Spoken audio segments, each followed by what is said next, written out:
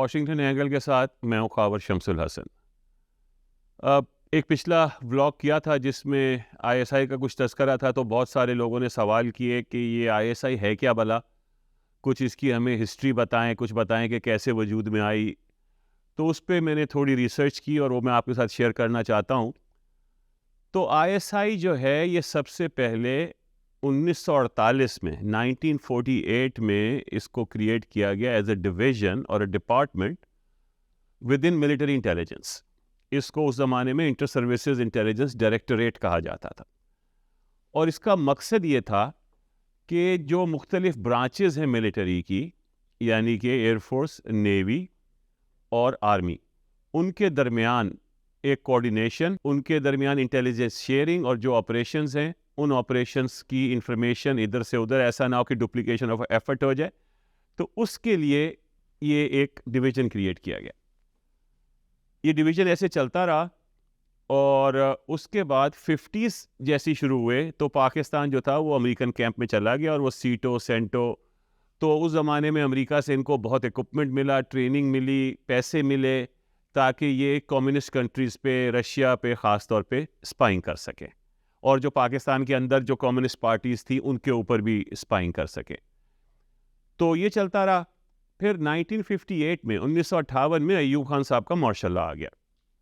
جب ایوب خان صاحب کا مارشل لاء آیا تو ان کو بہت ساری پریشانیاں تھیں۔ اس زمانے میں ایک تھوڑی سی بنگال میں موومنٹ شروع ہو چکی تھی، اور پھر ایوب خان صاحب کے کچھ سیاسی ارادے تھے، تو اس سب کے لیے آئی ایس آئی جو تھی وہ ان کے لیے ایک بہت اچھا ٹول ثابت ہوئی۔ تو آئی ایس آئی جو ہے وہ 1958 سے لے کے 1971 تک ڈائریکٹ ملٹری رول تھا پاکستان میں، اور اس کے اندر آئی ایس آئی جو تھی وہ ساری انٹیلیجنس گیدرنگ کے لیے رسپانسبل تھی۔ اب ہوتا یہ ہے کہ 1971 میں سکوت ڈھاکہ ہو جاتا ہے، یعنی کہ ایسٹ پاکستان پاکستان سے الگ ہو جاتا ہے، اور وہ ساری ذمہ داری اگر ویسے دیکھیں تو وہ فوج کے اوپر اور بالخصوص آئی ایس آئی کے اوپر آتی ہے کہ انہوں نے یہ سب چیزیں فورسی کیوں نہیں کی، مکتی بہانی کو کیوں نہیں پکڑ سکے، انڈین جو پلانز تھے وہ پہلے سے ان کو کیوں معلوم نہیں تھے۔ تو 71 کی وار کے بعد آرمی بھی بہت ایک ڈس ارے میں تھی، اور آئی ایس آئی جو تھی بہت ڈسگریس ہو چکی تھی، اور تقریباً ختم ہو گئے تھے۔ بھٹو صاحب کا زمانہ آتا ہے۔ بھٹو صاحب جب حکومت میں آتے ہیں تو حکومت میں آنے کے کچھ ہی عرصے کے بعد بھٹو صاحب جو ہیں وہ پاکستان کا ایٹامک پروگرام شروع کر دیتے ہیں، اور یہ ایٹامک پروگرام جو ہے یہ ایک خفیہ پروگرام ہے، کیونکہ ہم دنیا کو نہیں بتا سکتے تھے کہ ہم ایٹامک پروگرام پہ چل پڑے ہیں۔ اب یہ کلینڈسٹائن آپریشن جس کو انگریزی میں کہتے ہیں، تو اس کے لیے ان کو پھر آئی ایس آئی کی ضرورت پڑ گئی، تو یعنی کہ پھر آئی ایس آئی کو ریوائیو کیا گیا، اور آئی ایس آئی نے وہ سارا پروگرام بہت کامیابی سے چلایا، اور ایونچولی پاکستان نے ایٹم بم حاصل کر لیا۔ جیسے ہی یہ ایٹم بم کا پروگرام شروع ہوا، اس کے کچھ عرصے کے بعد بلوچ انسرجنسی بہت زیادہ شروع ہو گئی، تو بھٹو صاحب نے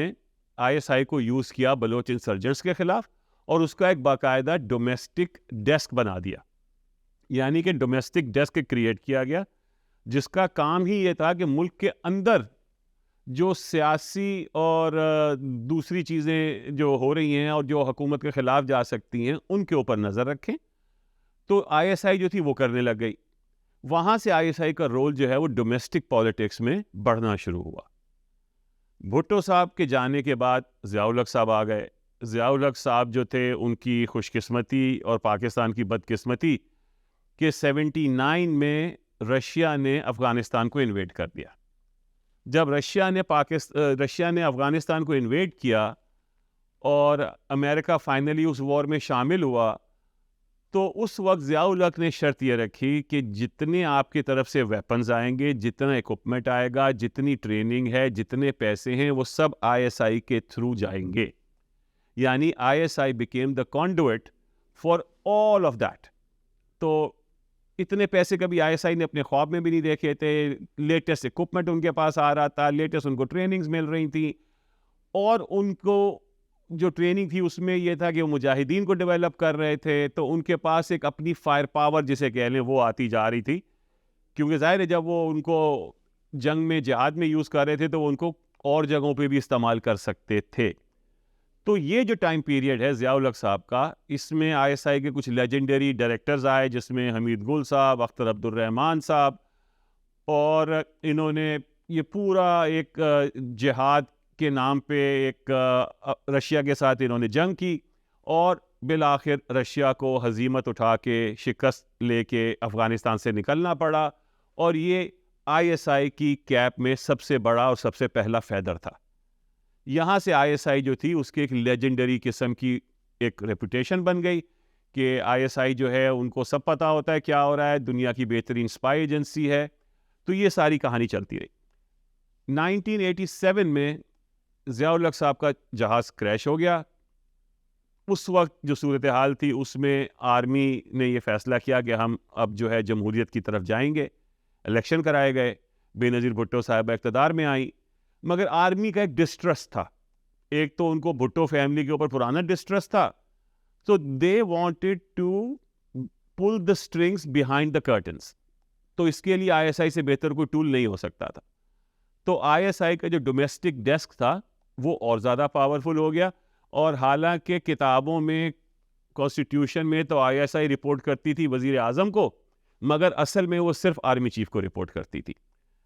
اور آئی ایس آئی نے جو نئی کیپیبلٹیز حاصل کی تھی، ریکارڈنگ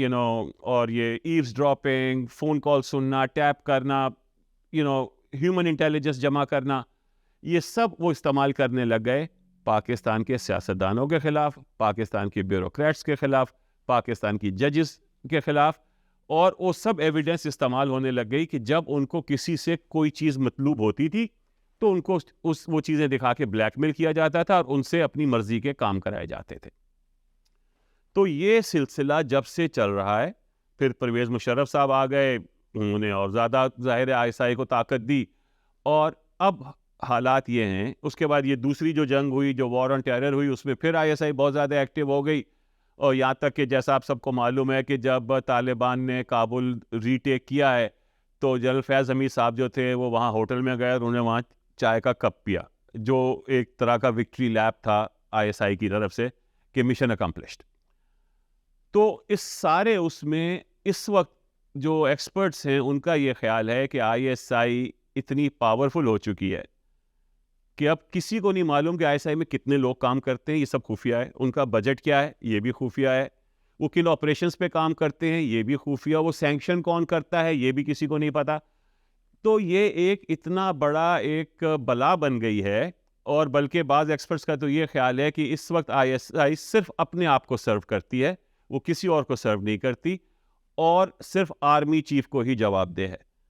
تو یہ ہے جی آئی ایس آئی، جو ایک چھوٹے سے ایک کمرے سے جو شروع ہوئی تھی 1948 میں، آج پورے ملک میں پھیل چکی ہے، اور اس وقت اس کی طاقت کا توڑ، اس کی پہنچ کا توڑ کسی کے پاس نہیں ہے۔ تو یہ اس وقت پاکستان کے حالات ہیں، اور یہ آئی ایس آئی کی کہانی ہے۔ بہت شکریہ دیکھنے کا، please like subscribe our channel, thank you.